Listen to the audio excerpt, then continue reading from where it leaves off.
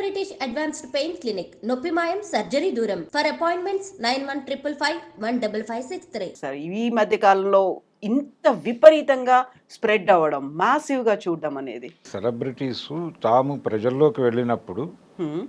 తమ మీద పడతారేమో జనాలు అనే ఉద్దేశంతో వాళ్ళని కంట్రోల్ చేయడానికి అంటే క్రౌడ్ కంట్రోలింగ్ కోసం ఈ బౌన్సర్లను పెట్టుకోవటం అనేది ఒక కల్చర్.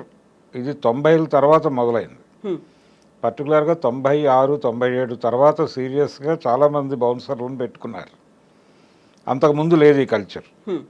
మనకి ప్రైవేటైజేషను, గ్లోబలైజేషన్తో పాటు మొదలైనటువంటి కల్చర్ ఇది. అంటే ప్రభుత్వమే ప్రకటించింది హ్మ్. ఎవరికి వాళ్ళు మీరు ప్రైవేట్ సెక్యూరిటీ అడిగితే మేము ప్రొవైడ్ చేస్తాము అని.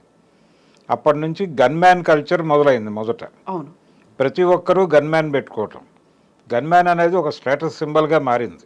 నిజంగా. అంటే మీకు కారు ఉందా లేకపోతే స్కూటర్ ఉందా వీటితో పాటు గన్మ్యాన్ ఉన్నాడా లేడా అని చూడటం కూడా మొదలుపెట్టారు. అంటే నీడ్ లేకపోయినా కానీ ఒక గన్మ్యాన్ని పెట్టుకోవాలి. హ్మ్. అతనితో ఇంట్లో పనులన్నీ చేయించేసుకునేవాళ్ళు. అతను ఉంటాడు అలాగా. అదొక అంటే ఒక రకంగా అదొక ఆభరణంలాగా మారిపోయింది. ప్రెస్టీజ్ ఇష్యూ కూడా అంతే.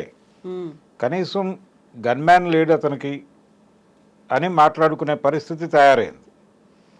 ఇది వాళ్ళ వైపు నుంచి వాళ్ళు ప్రొవైడ్ చేసేవాళ్ళు. గవర్నమెంట్ వైపు నుంచి వీళ్ళు వెళ్ళి ఏదో సంతకం పెట్టి అక్కడ డబ్బులు కట్టేస్తే వాళ్ళు ప్రొవైడ్ చేస్తారు. హ్మ్.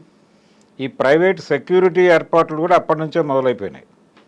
వీటితో పాటు వీటికి అదనంగా ప్రైవేటు ఆర్మీని మీరు క్రియేట్ చేసుకోవచ్చు, మీరు పెట్టుకోవచ్చు అని ఒక ఇది ఇచ్చేశారు, అవకాశం. హ్మ్.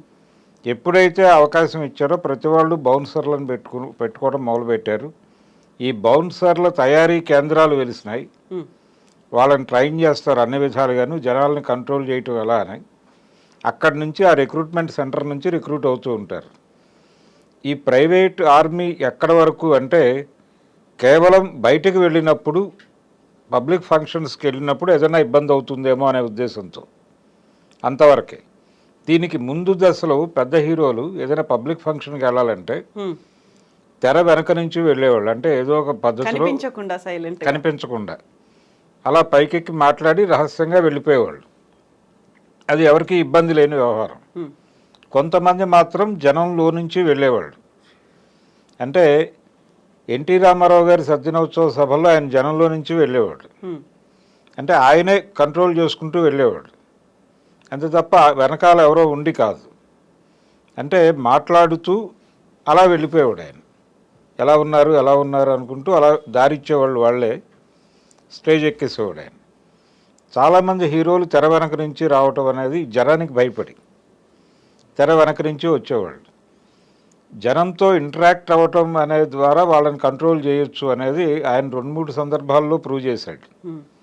రాముడు భీముడు షూటింగ్ నాగార్జున సాగర్లో చేసినప్పుడు ఆ రోజున గవర్నమెంట్ చేతులు ఎత్తేసింది. అంటే మేము మనుషుల్ని పంపలేము, మేము పోలీసుని అంత సెక్యూరిటీ మేము ఇవ్వలేము, సెక్యూరిటీ కల్పించలేని పరిస్థితి. అంటే వేరే ఇంకేవో ప్రోగ్రామ్స్ ఉన్నాయి ఆ రోజు, అందుకని మేము సెక్యూరిటీ కల్పించలేము, పోలీసులను అలాట్ చేయలేని పరిస్థితి ఉందని చెప్పారు.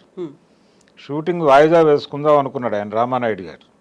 ఇది ఆయన చాలా ఇంటర్వ్యూల్లో చెప్పాడు రామానాయుడు గారు.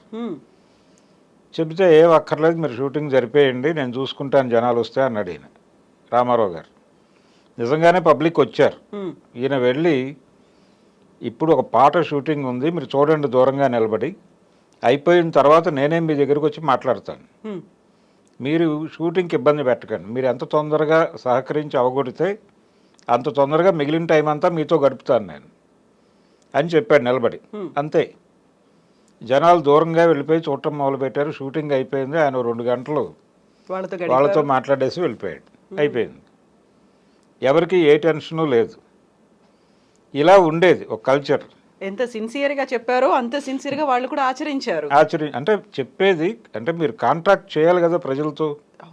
ఇప్పుడు పుష్పాది జరిగింది ఏంటంటే, అల్లు అర్జున్ అక్కడికి జనరల్గా అన్ని సినిమాలకి వచ్చినట్టే వచ్చాను అని చెప్పాడు ఆయన తర్వాత. కానీ అలా రాలేదు ఆయన. జనరల్గా హీరోలు అనుసరించే పద్ధతి ఏంటంటే థియేటర్లోకి వెళ్ళిపోయి సైలెంట్గా థియేటర్లో ఆడియన్స్ మధ్యలో కూర్చుని వాళ్ళకే తెలియకుండా సడన్గా ఇంటర్వెల్ టైంలో ఒకసారి లేచి చెయ్యూపుతాడు ఆయన. ఎలా ఉంది సినిమా అంటే అద్భుతం అంటారు వాళ్ళు, అయిపోతుంది, కాసేపు చప్పట్లు కొడతారు, మళ్ళీ కూర్చుంటారు, సినిమా మొదలవుతుంది, వీళ్ళు వెళ్ళిపోతారు. ఇదొక పద్ధతి. లేదు సినిమా నడుస్తూ ఉండగా స్టేజ్ మీదకి వచ్చి మాట్లాడటం అనేది ఇంకో పద్ధతి. ఇవేవీ కాకుండా థియేటర్ బయట ప్రోగ్రాం పెట్టాడు ఈయన. థియేటర్ బయట ప్రజలకు అభివాదం చేయటం అనే పని మొదలుపెట్టాడు. దీనికి ఆ లోకల్గా ఉన్న ఆయన అభిమానులందరికీ మెసేజ్లు వెళ్ళినాయి, ఆ థియేటర్కి వస్తున్నాడు అని. అంటే ఆయన పిఆర్ టీం పంపించేసింది. దాంతో వాళ్ళు వచ్చేసారు. ఆ థియేటర్ కెపాసిటీ ఎంత అనేది ఎవరికి తెలియదు. ఇప్పుడు థియేటర్ల పరిస్థితి ఎలా తయారైందంటే ఇవన్నీ కూడా 2 వీలర్స్ ఎక్కువగా ఉన్నప్పుడు డిజైన్ చేసినటువంటి థియేటర్స్. పార్కింగ్ ఎలా ఉంది? పార్కింగ్ ఇప్పుడు 500 సీటింగ్ కెపాసిటీ ఉంటే అందులో 250 కార్లు వస్తున్నాయి. ఈ కార్లను ఎలా అకామిడేట్ చేయాలో వాళ్ళకి అర్థం కావట్లేదు. ఈ గందరగోళం మధ్యలో 2 థియేటర్లు ఉన్నాయి అక్కడ. 2వ థియేటర్కి వచ్చినటువంటి కార్లు దాంతో ఒకవైపు ప్యాక్ అయి ఉంది. ఆ 2వ వైపు చాలా తక్కువ, దాదాపు 10 కార్ల కంటే పట్టే ప్లేస్ లేదు అక్కడ. ఈ గందరగోళం మధ్యలోకి ఇతను వచ్చి నిలబడ్డాడు. బయట అభిమానులు ఉన్నారు, వీళ్ళని కంట్రోల్ చేయడానికి బయట రోడ్డు మీద ట్రాఫిక్ ఉంది. దాంతో పోలీసులు లాఠీచార్జీ లాంటిది చేశారు అక్కడ.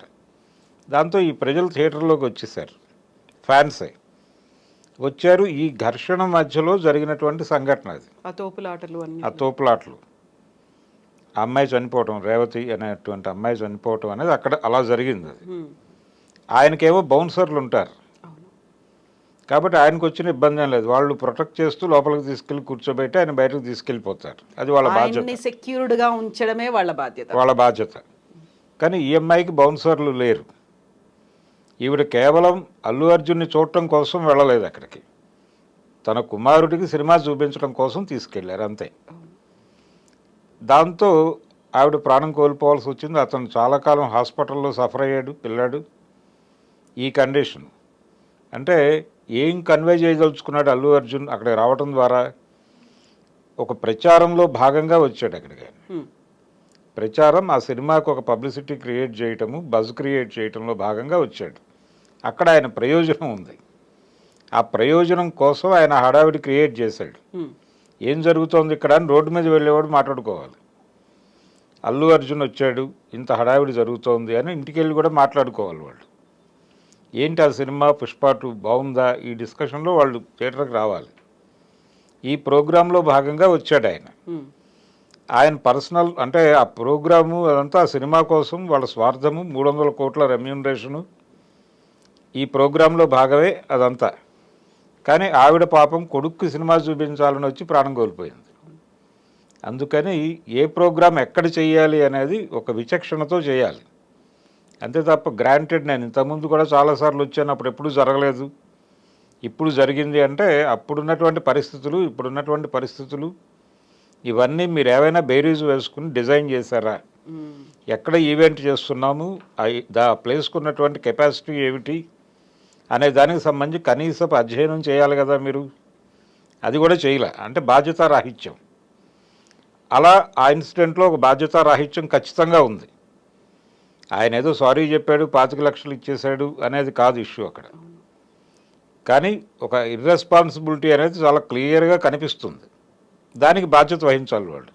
కనీసం కన్ఫెస్ అవ్వలేదు వాళ్ళు. మా బాధ్యతారాహిత్యం వలన జరిగింది అనే మాట వాళ్ళ దగ్గర నుంచి బయటకు రాలే. జరిగింది దురదృష్టం అని చెప్పాడు. చెప్పి ఈ సంఘటన చూసి ఫ్యామిలీస్ సినిమాకి రాకుండా దూరంగా ఉండొద్దు, మేము మీకోసమే సినిమాలు తీస్తున్నామని చెప్పాడు ఆయన. అంటే మీ భద్రత మాకు సంబంధం లేదు, కానీ మీరు వచ్చి టికెట్లు కొని మాకు డబ్బులు ఇవ్వండి అని చెప్పడమే. సో ఎవరు మా తప్పు కాదు అనే స్టేజ్ అక్కడ కనిపించింది. పోలీసులు మాకు ఇంటిమేట్ చేయలేని అన్నారు. ఇక్కడ ఉన్నటువంటి థియేటర్ ఓనర్లు కూడా అదే మాట చెప్తున్నారు. నేను చెప్పి వచ్చాను అనే మాట హీరో చెప్తున్నారు. అక్కడ చాలా ఇర్రెస్పాన్సిబుల్గా వ్యవహరించారు అందరూ. కాబట్టి అది ఒక ప్రత్యేకమైన సంఘటన. దాన్ని అక్కడ వరకే చూడాలి. అంటే ఒకటి ప్రైవేటైజేషన్ మొదలైన తర్వాత వ్యక్తిగత భద్రతకి ఎక్కువ ప్రాధాన్యత పెరిగింది. ఈ పెరిగిన క్రమంలో స్టేటస్ సింబల్గా కూడా వీళ్ళని పెట్టేసుకుంటున్నారు బౌన్సర్లు. నిజంగా థ్రెట్ ఉందా లేదా అనే దానికంటే కూడా దీనికి ఒక విపరీతంలోకి తీసుకెళ్తే, అంటే ఏదైనా విషయాన్ని అద్భుత రసంలో చెబితే ప్రజలకు ఎక్కువ కనెక్ట్ అవుతుంది అని శంకర్ లాంటి డైరెక్టర్లు నమ్ముతారు.